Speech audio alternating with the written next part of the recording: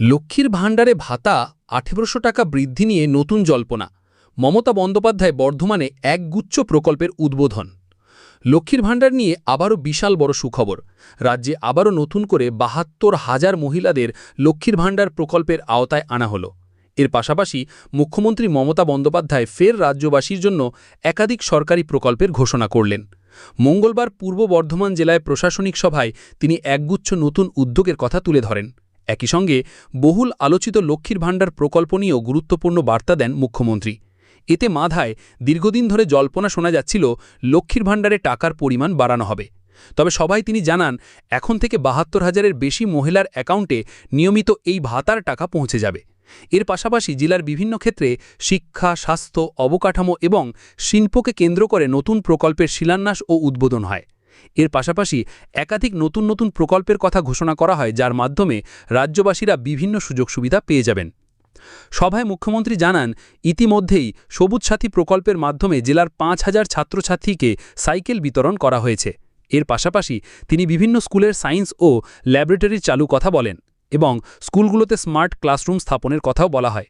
এছাড়াও লক্ষ্মীর ভাণ্ডার প্রকল্পের প্রসঙ্গ তোলা হয়। লক্ষ্মীর ভাণ্ডার প্রকল্প নিয়ে মুখ্যমন্ত্রীর বার্তা। রাজ্যে মহিলাদের আর্থিক সুরক্ষা নিশ্চিত করতে চালু হওয়া লক্ষ্মীর ভাণ্ডার প্রকল্প এখন সবচেয়ে জনপ্রিয়।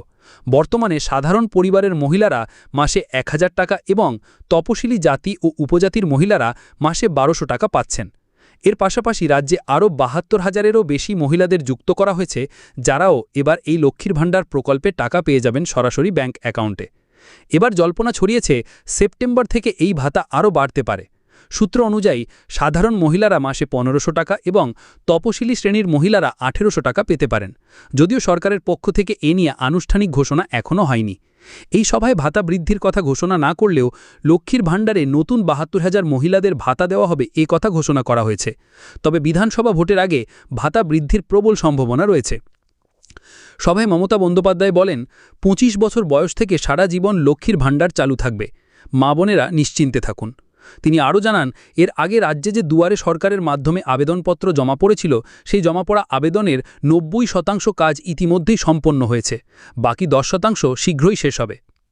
পুজোর আগে ভাতা বৃদ্ধির সম্ভাবনা। শিল্প ও কৃষির পাশাপাশি মুখ্যমন্ত্রীর এই সভায় মূল আকর্ষণ ছিল লক্ষ্মীর ভাণ্ডার নিয়ে তার মন্তব্য। লক্ষ্মীর ভাণ্ডার প্রকল্প নিয়ে তিনি মন্তব্য করেছেন ঠিকই, তবে রাজ্যের রাজনৈতিক মহলে জল্পনা চলছে দুর্গাপুজোর আগে মহিলাদের জন্য এই ভাতা বাড়ানো হতে পারে। তবে এই জনসভায় এখনও পর্যন্ত এই বিষয়ে চূড়ান্ত সিদ্ধান্ত আসেনি। অনেকেই মনে করছেন, আসন্ন বিধানসভা ভোটের আগে মহিলাদের আরও খুশি করতে সরকার এই পদক্ষেপ নিতে পারে। বর্ধমানের প্রশাসনিক সভায় মুখ্যমন্ত্রী মমতা বন্দ্যোপাধ্যায়ের ঘোষণা রাজ্যের উন্নয়নে নতুন মাত্রা যোগ করেছে। রাজ্যের বিভিন্ন ক্ষেত্রে, বিশেষ করে শিক্ষা, স্বাস্থ্য, অবকাঠামো, কৃষি ও শিল্প প্রতিটি ক্ষেত্রে নতুন প্রকল্পের উদ্বোধন ও শিলান্যাস রাজ্যবাসীর ভবিষ্যৎ উন্নয়নের ইঙ্গিত দিচ্ছে। রাজ্য সরকার একের পর এক বিভিন্ন ধরনের নতুন প্রকল্পে রাজ্যবাসীদের ভীষণভাবে উপকৃত করছেন। অন্যদিকে লক্ষ্মীর ভাণ্ডারের ভাতা বৃদ্ধি নিয়ে যে আশার সঞ্চার হয়েছে, তা রাজ্যের মহিলাদের আর্থিক সুরক্ষাকে আরও শক্তিশালী করতে পারে। এখন দেখার বিষয় সরকারের পক্ষ থেকে কবে এই ঘোষণা আনুষ্ঠানিকভাবে আসে। তবে পুজোর আগে না আসলেও পরবর্তীকালে বিধানসভা ভোটের আগে হয়তো লক্ষ্মীর ভাণ্ডার প্রকল্পে ভাতার পরিমাণ বাড়তে পারে।